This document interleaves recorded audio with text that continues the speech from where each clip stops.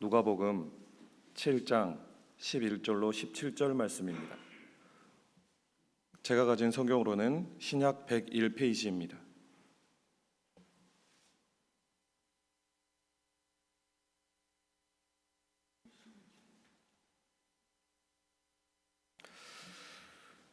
다 찾으신 줄 알고 하나님 말씀 함께 받도록 하겠습니다. 시작.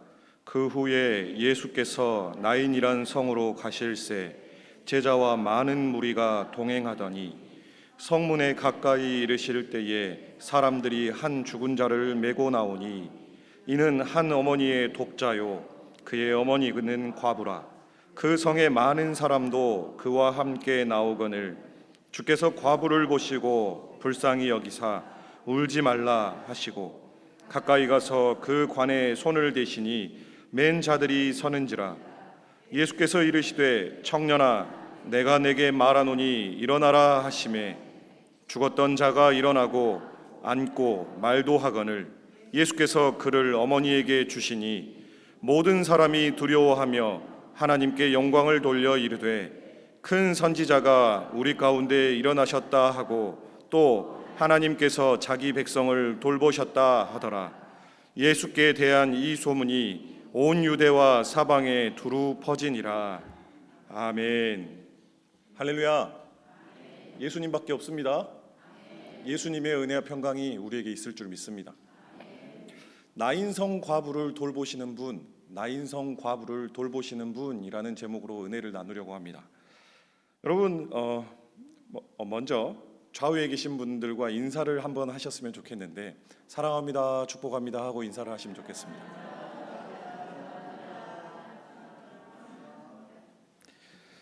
제가 집에서 제 딸 둘에게 가끔 밥을 헤매깁니다. 그래서 밥솥에 밥이 있는지 확인도 좀 할 때도 있고 그리고 냉장고에 뭐가 들어있는지 좀 확인을 제가 하는 편입니다.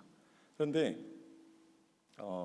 저희 아내가 일을 마치고 돌아오는 그 순간에 공교롭게도 아이들과 아내 이렇게 집에 들어오는 시간이 맞아서 제가 분명히 냉장고는 확인을 분명히 했는데 밥솥을 제가 확인을 안 한 채로 아내와 아이들을 만났습니다. 그리고 제가 당당하게 오늘은 집에서 맛있는 거 해줄게 그렇게 이야기를 했습니다. 그리고 집에 들어가서 고기도 굽고 그 다음에 김치도 이렇게 기름에 굽기도 하고 그리고 제가 할 수 있는 모든 어떤 요리 지식을 동원해서 음식을 만들었습니다. 그런데 밥이 없었습니다. 그래서 결국은 저희 딸이 면쟁이입니다. 밥보다는 면을 좋아하는데 아빠 참 잘 됐어요.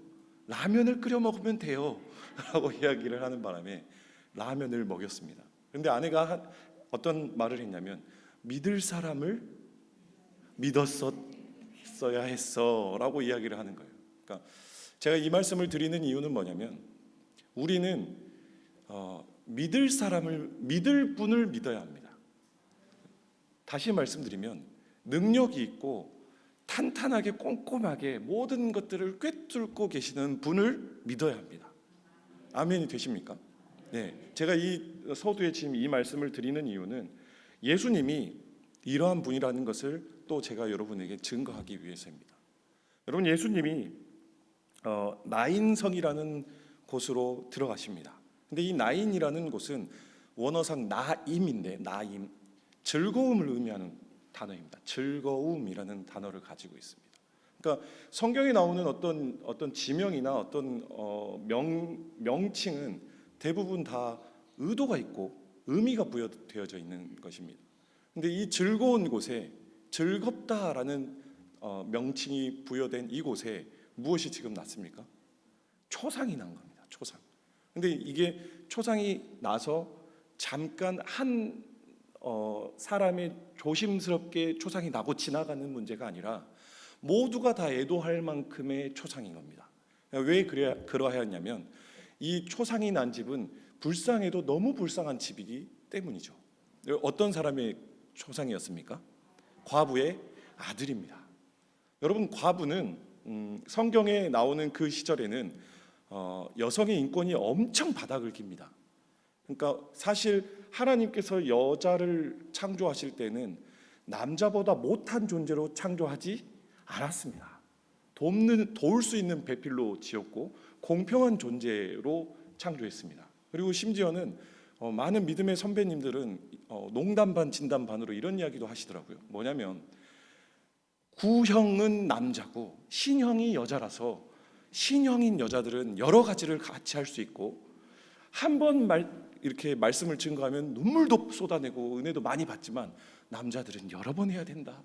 엄청 힘들다. 뭐 그런 이야기도 막 하시더라고요. 그러니까 뭐냐면 여성의 어떤 만들어진 짜임새와 쓰임새가 절대로 비천하거나 더 낮은 상태가 아님에도 불구하고 이 시기에는 여성의 권위가 엄청나게 떨어져 있었어요. 그래서 이 여자들은 음식, 뭐 상거래, 어떤 정치, 어떤 문화, 경제 이런 쪽에 참여를 할 수 있는 통로가 거의 막힌 상태입니다. 그래서 이 여인이 먹고 살기 위해서는 누가 필요합니까? 남자가 필요한 거예요. 남자. 근데 그 남자가 필요한 그 순간에 지금 어떤 남자가 죽었습니까? 유일한 아들 하나가 죽은 거예요. 이 아들이 모든 경제의 모든 것들을 책임지고 어머니를 먹여 살릴 수 있고, 그리고 심지어는 성경에 보면 사라가 아브라함에게 아돈이라는 원어의 단어인데 내 주여라는 단어도 쓰죠. 그러니까 뭐냐면 여인은 종속되거든요. 남자에게 종속되어지던 시기입니다. 근데 이 주인이 사라져버리는 거예요. 그러니 얼마나 불쌍합니까? 그리고 성경에 보면 고아와 과부는 보살펴 줘야 하는 것이 당연하고 그게 하나님이 기뻐하시는 일이라는 것을 성경은 기록해요. 국가의 책무이기도 했고. 그런데 이 상황 속에서 이 여인이 하나밖에 없는 주인이 사라지고 경제력이 사라지고 지지하던 정서적인 기반도 사라져버리고 모든 것들이 사라지는 그 판국에 놓여진 겁니다. 그래서 이 주변에 있었던 많은 사람들이 그것을 놓고 뭐합니까? 애도를 하는 거예요. 그런데 이 애도를 할 때 적은 수의 무리가 아니라 어느 정도의 수의 무리라고 하죠? 그 성에 많은 사람이라고 되어 있습니다.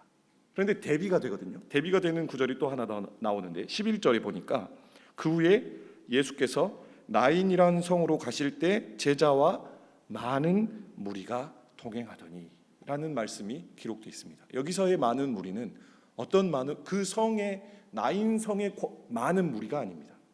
예수 그리스도를 쫓아가는 무리입니다. 이들은 과연 무엇 때문에 예수님을 쫓았을까요? 예수님이 본격적으로 많은 기적과 이적을 행하셨기 때문에 이들의 마음속에는 정확하게 지금 나와 있지는 않지만 예수 그리스도를 왕으로 삼고 예수 그리스도를 통해서 박해받는 모든 상황을 뒤집어 엎고 싶고, 그리고 또 예수 그리스도를 통해서 자신들의 문제를 해결받고 병 고침을 받고 결핍을 채우기 위한 무리입니다. 그래서 성경은 의도적으로 제자와 무리를 나누어 놓았어요. 제자와 무리가 쫓았더라라고 기록되어 있는 것이죠. 여러분, 이렇게 기록해 놓은 이유는 무엇일까요? 제가 보니까 누가복음 6장 46절을 제가 한번 읽어드릴게요. 너희는 나를 불러 주여 주여 하면서도 어찌하여 내가 말하는 것을 행하지 아니하느냐. 아멘. 여러분, 뭐냐면 예수 그리스도를 주여 주여 하면서도 예수 그리스도의 가르침을 뭐하고 있습니까? 따르지 않는 거예요. 그냥 소위 말씀드리면 그냥 선생님입니다. 랍비 정도의 수준인 거예요.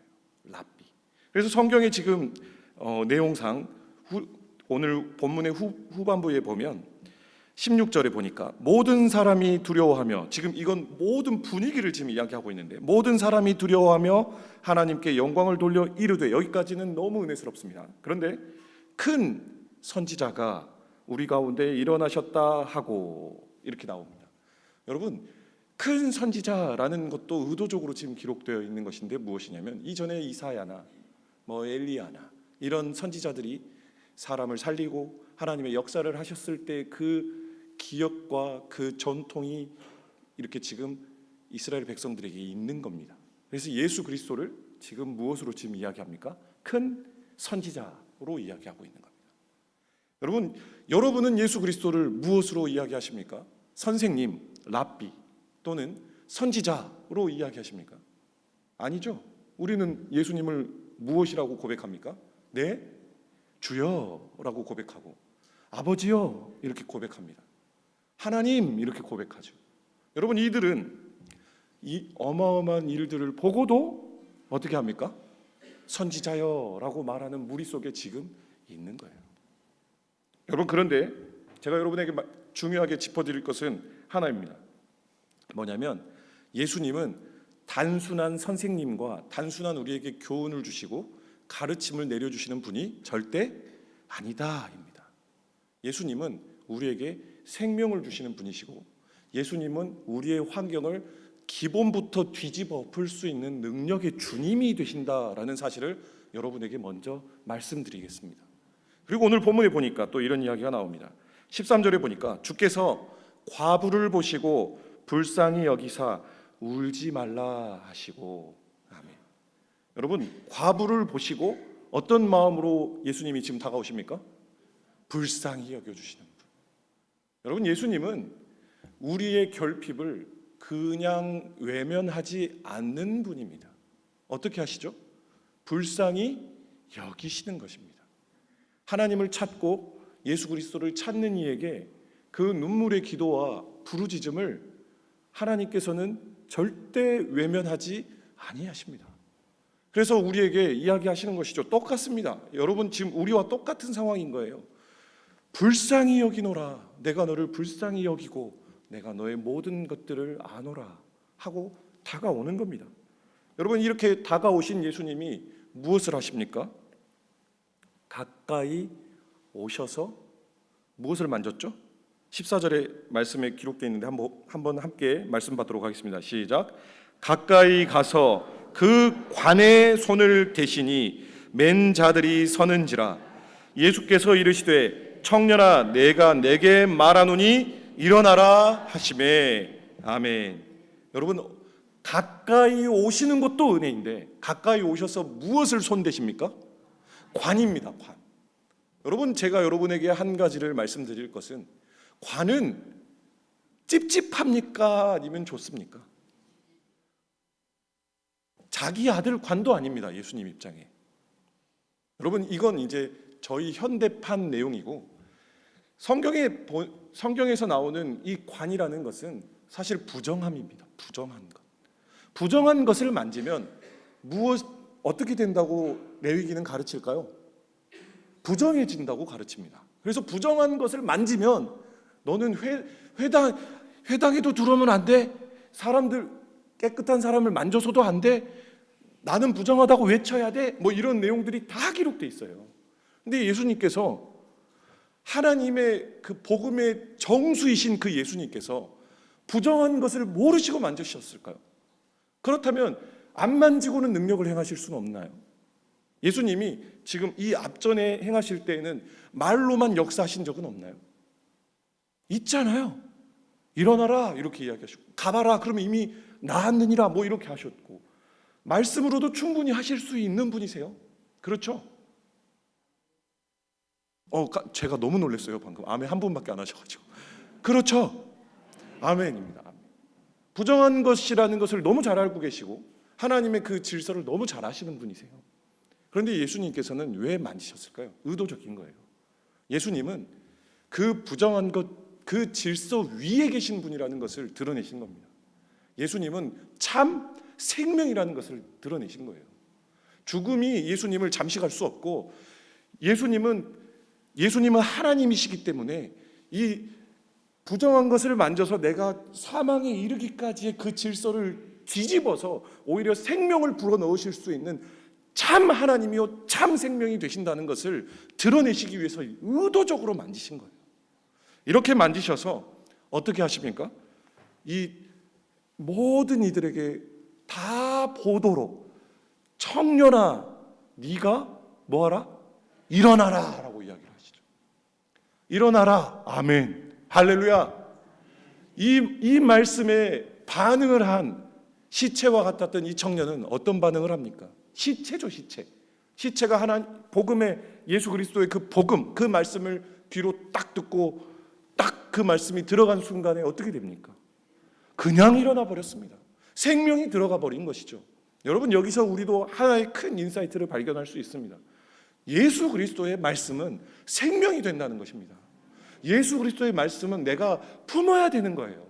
내가 귀로 듣든 마음으로 듣든 어떻게든 내가 그 안에 꽉 붙들고 살아야 될 것이라는 거예요. 이게 생명이 되는 것이고, 그 생명의 말씀을 붙들면 죽은 것도 일어나는 생명의 역사가 일어난다는 겁니다. 그 능력이 누구에게서 나옵니까? 예수 그리스도에게서 나오는 것입니다. 여러분이 이렇게 된 이 사건 이후에 말씀을 들었던 이 청년이 일어납니다. 딱 일어나가지고 관에서 관을 박차고 딱 나오는 순간에 놀란 사람들이 있었을 겁니다. 누가 놀랐을까요? 제일 먼저는 진짜 죽었다고 확신했던 엄마입니다. 엄마는 누구죠? 아까 말씀드렸던 것처럼 불쌍한 과부입니다. 아무것도 남지 않은, 이제 더 이상 잃어버릴 것조차도 없는, 그냥 완전 폭삭 망한 겁니다. 폭삭 망한 그 과부입니다. 자기 아들이니 얼마나 잘 알겠습니까? 죽었는지 안 죽었는지는 금방 알죠. 근데 그 과부가 첫 번째는 깜짝 놀랐을 것이고, 그리고 두 번째로는 또 누가 놀랐을까요? 그 관을 지고 있었던 사람들이 놀랐겠죠. 여러분, 관을 질 때는 어떤 상황에 지고 가나요? 첫날 바로 관을 지고 들어가 버립니까? 선산으로 이렇게. 저도 장례를 2번밖에 안 치러봤습니다만 첫날에 바로 관을 메고 가는 사람은 없어요. 이제 끝난 거예요. 그 사람의 모든 이 땅에서의 사람으로서의 삶은 끝났다라고 확정되어진 그 순간, 우리는 그래서 보통 3일입니다. 3일 안에는 혹 의사가 실수했거나 또는 하나님의 어떤 일로 일어날 수도 있다라는 그런 기간 때문에 3일인 것 같다라는 저는 추측을 하고 있는데, 그 3일 이후에는 이제 진짜 끝났다 하고 우리는 어떻게 합니까? 뭐 선산으로 가든 화장장으로 가든 어디로 갑니다. 이들이 이렇게 지금 가고 있는 거예요. 그러면 이 매는 자들이 한두 번 매봤을까요? 이렇게 맬 때? 과부라는 말은 돌봐줄 남자가 없다는 말이라고 말씀드렸잖아요. 이들은 친지도 아니에요. 전문으로 이 죽은 사람을 매고 장례를 치르는데 도움을 주는 사람일 수도 있고, 또는 아니면 주변에 어떤 관을 매본 사람일 확률이 큽니다. 그 사람들이 아들이 죽은 것을 모를까요? 아는 것이죠. 근데 이 아들이 일어나 버린 거예요. 누구의 어떤 상황으로 일어났습니까? 의사가 진찰을 한 것도 아니고 주사를 맞은 것도 아니고 그냥 관에 와서 예수님이 한번 탁 만지시면서, 청년아, 내가 내게 말하노니 너는 일어나라. 이게 뭡니까? 여러분, 이게 납득이 되시는 이야기입니까? 상식적입니까? 아니죠. 전혀 상식적이지 않죠. 사람이 죽었다라고 판정되어진 사람이 뒤집어지는 확률이 몇이나 될까요? 거의 없어요. 이 정도의 수준까지 이른 확정된 죽음 속에서는 거의 없다고 보는 게 맞습니다. 그런데 이때 뒤집어 버렸어요. 누가요? 예수님이요. 예수님이 뒤집으시면서 예수님이 보여주신 이 죽음을 뒤집으신 것을 보여주신 이유는 무엇일까요? 우리가 여기서 하나 또 깨달아 알 수 있는 것은, 여러분, 예수님이 참 생명이 되시고 죽은 자를 살리시고 또한 본인도 죽은 자 가운데서 일어나실 것을 드러내시는 것이죠. 제자들은 얼마나 금방 알아차릴 수 있었을까요? 깨달아지겠죠. 왜 그럴까요? 예수님이 가르치셨던 것들을 하나씩 하나씩 현장에서 바로 학습을 하고 있는 것입니다. 내가 너희에게 말하노니 나는 하나님의 아들이니, 이런 가르치시는 모든 것들이 어떻게 되겠습니까? 그냥 느껴지는 거예요. 그냥. 여러분, 복음을 쥐는 자들은 예수님의 말씀에 귀 기울이는 삶 자체가 기쁨이고 즐거움입니다. 왜 그럴까요? 느껴지거든요. 예수님이 가르치신 성경이, 예수님이 우리에게 역사해 주신 말씀들이 이루어지는구나. 여러분 얼마나 행복하겠습니까? 저와 여러분이 이러한 복, 이러한 은혜가 있는 삶을 살기를 주님의 이름으로 축원합니다. 하나님의 복음의 말씀이 이루어지는 것들이 보여지는 삶이 얼마나 기쁘겠습니까? 죽은 자가 일어서고 병든 자가 나아버리고 예수님이 살아 역사하시는 것들을 지금 이 순간에도 우리가 본다면 얼마나 신나겠습니까? 여러분 우리는 그래서 복음에 귀 기울이고 복음을 바라보고 복음에 의지하는 삶을 살아야 하는 겁니다. 또 아멘이 없어지지 않네요. 여러분 이 이후에 예수님이 특별한 행동을 하나 하십니다. 15절 말씀을 한번 하나님 말씀 받겠습니다. 시작.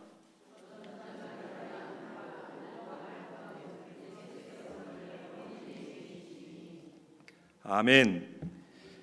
자, 예수께서 누구를? 죽었다 살아난 아들을 어떻게 합니까? 어머니에게 줍니다. 줬다라는 단어를 씁니다.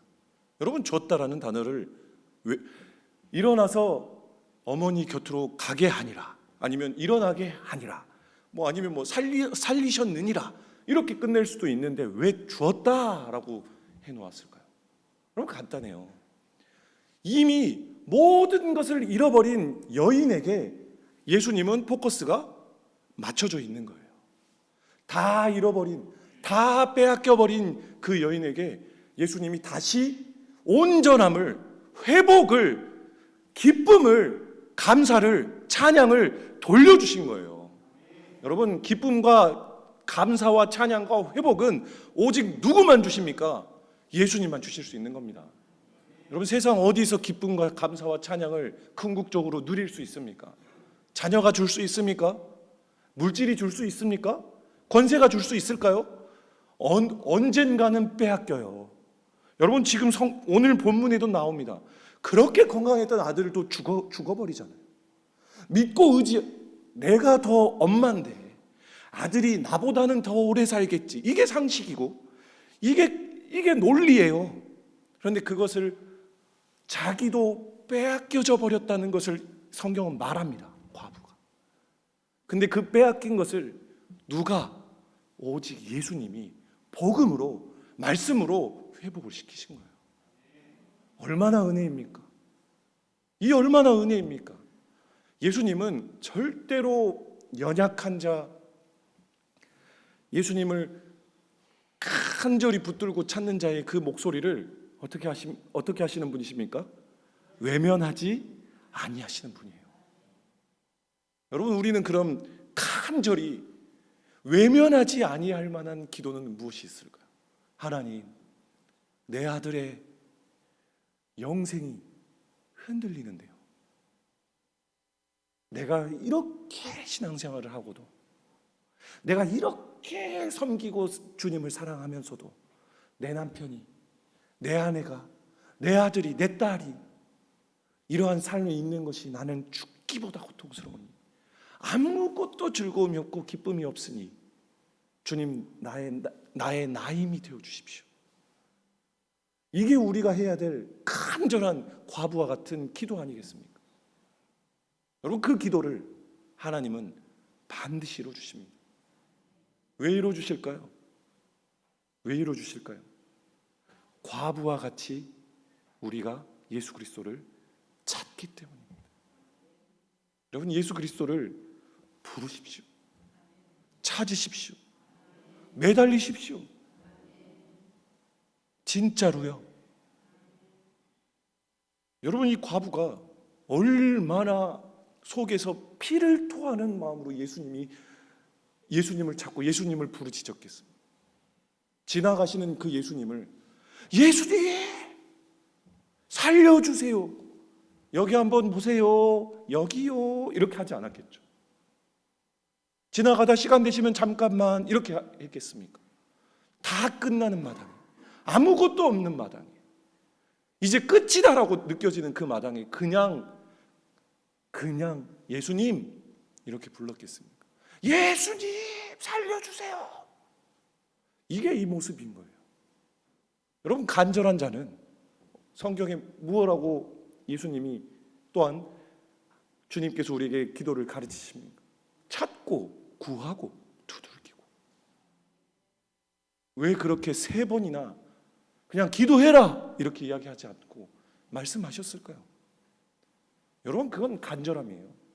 성경은 연속적으로 무언가를 반복해서 강조하는 강조법이 있습니다. 엄청나게 강조하는 거예요. 그거 3번이면 부르짖으라는 겁니다. 여러분, 우리가 언제까지 부르짖어야 될까요? 과부가 예수님이 관에 딱 올리고 이제 됐다 하고 만약에 예수님이 그냥 탁 터벅 걸어가셨다면 과부가 하실 만큼 하셨으니까 가십시오, 고생하셨습니다, 밥 한 끼 같이 나중에 하시죠, 이렇게 했을까요? 여러분, 과부는 그렇게 안 해요. 여기서 나오는 이 과부는 모든 기쁨을 잃어버린, 무너질 대로 무너져버린 과부이기 때문에 안 됩니다, 나를 밟고 가십시오라고까지 말이 나올 정도로 간절한 거예요. 그렇게 간절한 기도를 예수님이 들어주셨고 아들이 살아나는 역사를 이 과부는 본 것입니다. 여러분, 여기서 우리가 크게 느껴야 할 것은 우리도 이러한 모습으로 기도하고 예수님을 찾고 말씀에 귀 기울여야 하는 겁니다. 여러분의 한 번의 말씀의 흐름이, 단에서 선포되어지는 이 한 번의 말씀이 매주, 매일, 수요일, 금요일 흘러나오는 말씀이니, 또 내가 오늘 컨디션이 안 좋아서 잘 안 들렸으니, 마음에 그냥 울림이 없었으니 그럴 수 있지 라고 여기는 것이 아니라, 아들아 일어나라, 청년아 일어나라, 지금 일어나라, 정신 차리라, 깨어 기도하라, 부르짖으라, 하나님이 말씀하실 때 그것을 내가 지금 이 과부와 같은 마음가짐으로 받아내는 거예요. 그때의 역사가 일어나는 겁니다. 살아나는 거예요. 아멘. 말씀을 무겁게 받아들이는 겁니다. 생명으로 받아들이는 거예요. 그 말씀이 나를 살린다고 믿는 겁니다. 그 말씀 때문에 내 인생이 뒤집어진다라는 것을 깨닫는 거예요. 기쁨을 주는 것, 찬양을 주는 것, 이 말씀이 내 삶의 기쁨이요 찬양입니다 라고 고백되어져야 되는 거예요. 비록 이 예수님이 왜 저 부정한 것을 만지시지, 내 상식선에선 이해가 안 되네, 이런 생각이 들지라도, 때로는 불편한 어떤 모습들이 있을지라도 예수님이 다 이유가 있으시겠지. 여러분, 우리는 알잖아요, 예수님이 생명이라는 걸. 근데 이들은 몰라요. 부정한 걸 왜 만져? 이거 말도 안 되는 짓을 하고 있어, 이 큰일 날 짓을 하고 있네, 이렇게 되어질 상황 속에서 이 과부는 수지를 맞아버렸어요. 토도 달지 않았고 반대하지도 않았고 그 말씀을 그냥 아들에게 하는 것을 보고 믿고 있는 겁니다.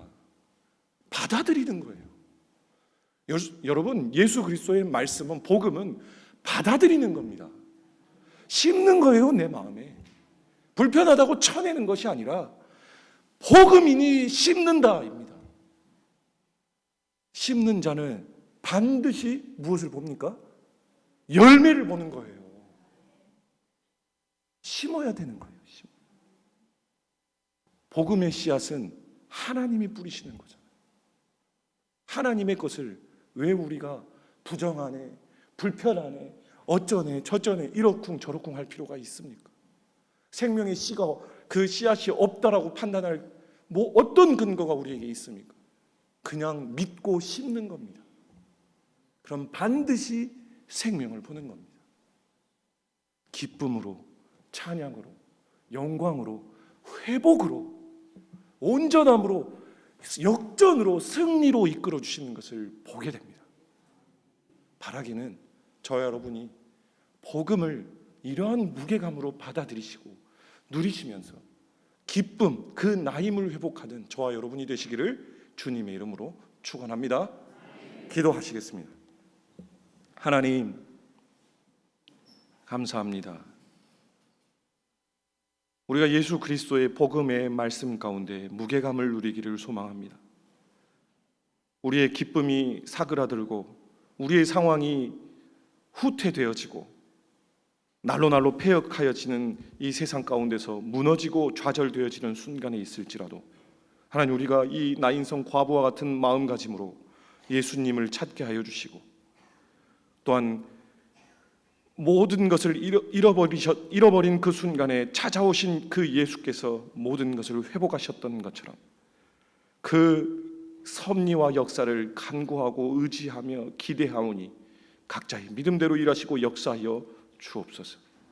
주님 인도하시고 역사하여 주신 것을 믿고 감사드리며 다시 오실 예수 그리스도 이름으로 기도드립니다. 아멘. 찬송가 446장